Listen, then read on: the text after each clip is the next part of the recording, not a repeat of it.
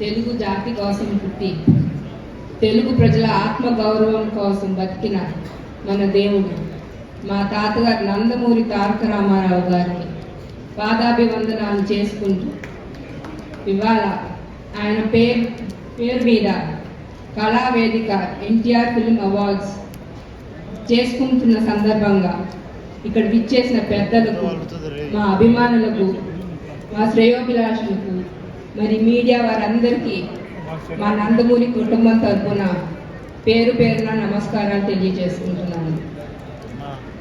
ఎన్టీఆర్ అంటే ఆ పేరులో మ్యాజిక్ ఉంది. NTR is a legend, never before and never after.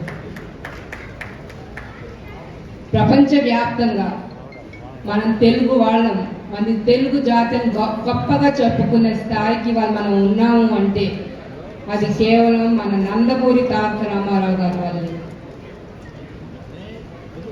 ఆయన కష్టపడి, ఆయనకి సినిమా మీద ఉన్న పిచ్చి, యాక్టింగ్ అంటే ప్రాణం. అట్లాంటిది నిమ్మకూరు నుంచి చెన్నైకి వచ్చి ఎంతో కష్టపడి 1949లో మన దేశం సినిమాతో ఆయన ప్రయాణం మొదలుపెట్టారు. 1950లో ఆయన మొదటిసారిగా లీడ్ రోల్ పాత్ర పోషించారు. 1951లో 2 సినిమాలు, పాతాళ భైరవి అండ్ మల్లేశ్వరి. అట్లానే 1952లో పెళ్లి చూసి చూడు, ఈ 3 సినిమాలతో ఆయన టాప్ హీరో అయ్యారు. పాతాళ Bhairavi 1951 was the only South Indian film to be screened in the International Film Festival of India. Malleshwari 1951 was screened at the Peking Film Festival, Beijing, China. And the enduring classes Maya Bazaar and Nartanasala were screened at the Afro-Asian Film Festival that was held in Jakarta, Indonesia. ఈ 4 సినిమాలు was included in the CNN IBNS list of 100 greatest Indian cinemas of all times. This proves he was the pan-India star appude.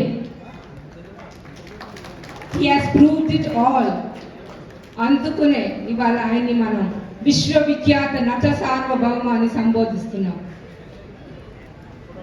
అలానే 1956లో మొదటిసారిగా ఆయన కృష్ణుడి వేషం ధరించారు.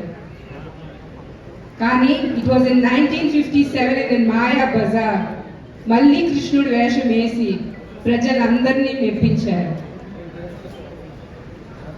అలా మరి 16 ఫిలిమ్స్లో కంటిన్యూస్గా కృష్ణుడి వేషం ధరించారు మన నందమూరి తారక రామారావు గారు. 1976లో రామకృష్ణ సినీ స్టూడియోస్ స్థాపించి 1977లో ఆ స్టూడియోస్ పైన వచ్చిన మొదటి సినిమా దానవీర సూరకర్ణ కి ఆయనే స్టోరీ, ప్రొడ్యూసర్, డైరెక్టర్ పాత్ర పోషించి కర్ణుడు, కృష్ణుడు, దుర్యోధన క్యారెక్టర్ పోషించి కమర్షియల్ ఫిలింగా అఖండ విజయం అందుకున్న movie Danaveera Soora Karna. It was the only Telugu film to cross 2 crores in that period of time, which was a magnum opus. He was the only star who rejected offers from Hollywood and Bollywood. బాలీవుడ్లో శాంతారాం గారు దుర్యోధన్ క్యారెక్టర్కి role offer చేస్తే ఆయన reject చేస్తూ జరిగింది. ఎన్ని తరాలు మారినా, ఎన్ని యుగాలు మారినా ప్రపంచవ్యాప్తంగా రాముడు కృష్ణుడు అంటే మనకి గుర్తొచ్చేది మన రామారావు గారు ఒక్కరే. He is an actor par excellence. The Indian cinema would forever remember. ఆ తండ్రికి కొడుకుగా 1974లో